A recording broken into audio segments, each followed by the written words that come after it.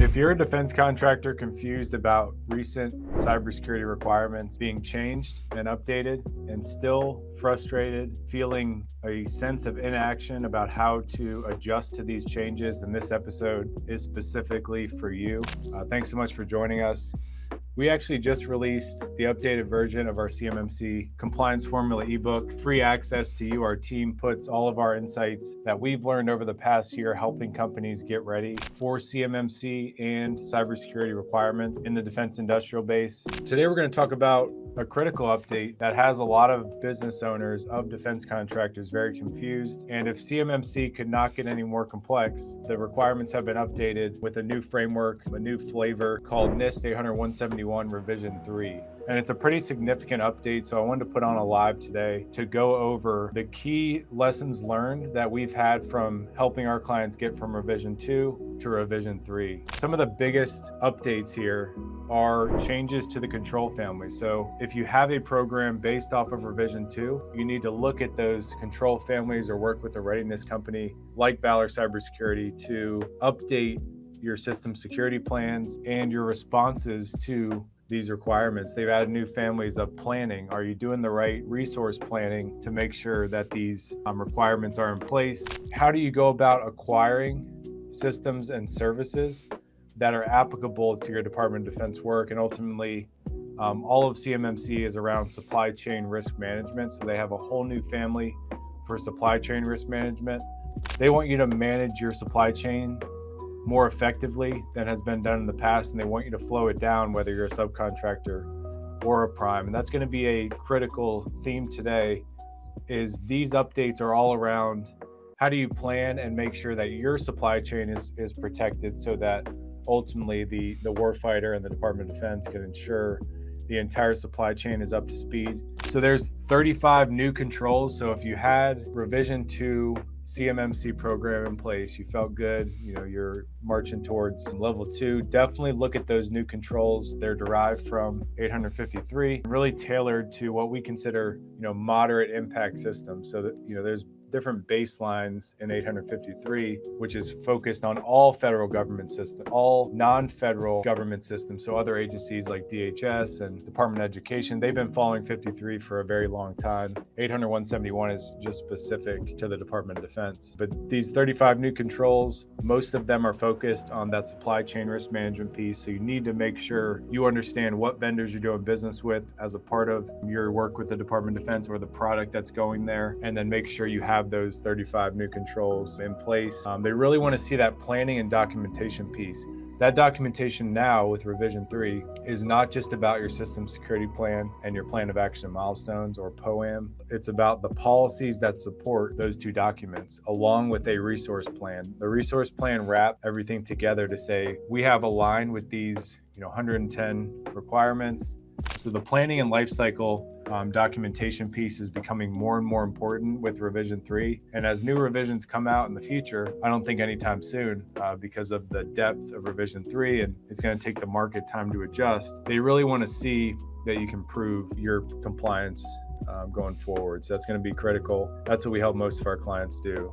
Software integrity and secure software development lifecycle. That's very common in the developer community. We've helped many companies that develop software and sell it to the government or develop software for the government. And software development lifecycle is very simple. It's what process do you go from when somebody first starts to type code all the way through delivering that user interface that the software powers, or where that code goes into somebody else's database and you make an exchange for money. That software development lifecycle has to have security check marks and making sure that no lines of code or pieces of code have been inserted maliciously throughout that process. And there's code scanning, there's making sure that developer environments are separated, there's admin access to certain environments. All of those software integrity pieces, what they call provenance, is critical here. If your company develops software, that's going to be a critical one that you're going to need to update as a part of this. This is a very complex topic and I won't get too deep into it. It's something called ODPs, or organization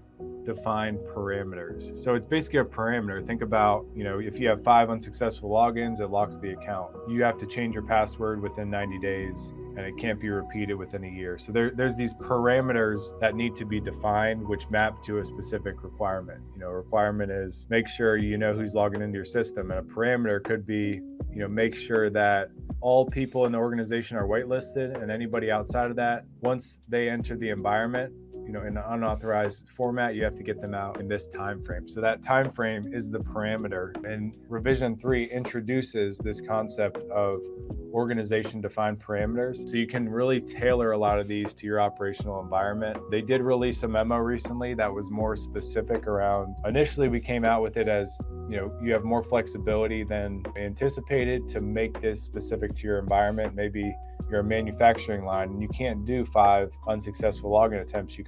Your operational only should have 1 of those unsuccessful login attempts. So you can kind of tailor it to your environment somewhat, but they recently, through the DoD CIO, released a memo that laid out every parameter and the suggested parameter that you use to make it easier for people to make a decision. And that's based off best practice. And that's what they want to see, is they can start to set those parameters, or help companies that haven't set those parameters have guidance that allows them to do it in an easy way. Minimum assurance requirements.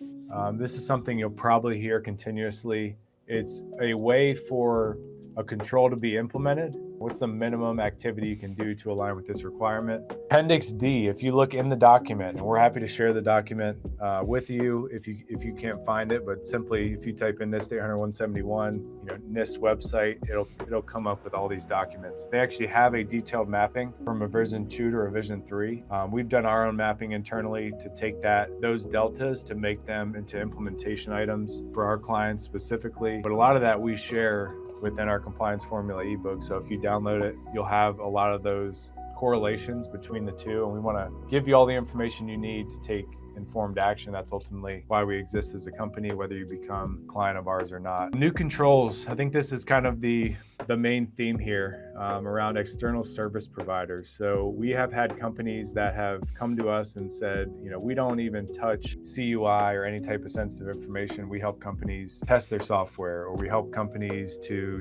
develop proposals, or we just help them, make connections and relationships. And the government has really taken a strong stance on this point, which is, we want you to manage your supply chain just like we're managing you, which are in our supply chain. We want to kind of have a standard of how the supply chain's managed, and we want you to carry that out through your supply chain. And a lot of people, roll their eyes and they don't want to do it. The companies that are taking the step forward and really taking the time to say, we're going to at least make progress towards this, even though we don't feel like we have CUI at this point. Those are the companies that are winning big in this space, because they can go up the supply chain to the primes or to the bigger organizations and say, we're CMMC compliant. Even if you're not there, we're going to make you look good, because we have, whether it's a certification or they just have alignment, they're able to say that they have that competitive advantage that most of the primes or even larger subcontractors may not have in place fully. So using it as a competitive advantage is extremely important for us, and the way we help our clients navigate these really treacherous waters and the confusion and frustration that comes along with it. So if you're a service provider to a Department of Defense contractor, we encourage you to go through this thought exercise to make sure that you have the right things in place to set yourself up to continue to do business in that space. But those are the core themes from the update of NIST 171 revision 2 to now revision 3. If you are still confused, feel free to reach out. We're happy to send you our compliance formula ebook, as well as other resources that we give access to free of charge, just for being a part of our community and engaging with us here, whether you're on LinkedIn or on YouTube. We're so thankful that you took the time. Hopefully you walked away with something actionable that you can take into your organization or the folks that you serve. My name is Greg Tomczyk. Stay safe, stay secure.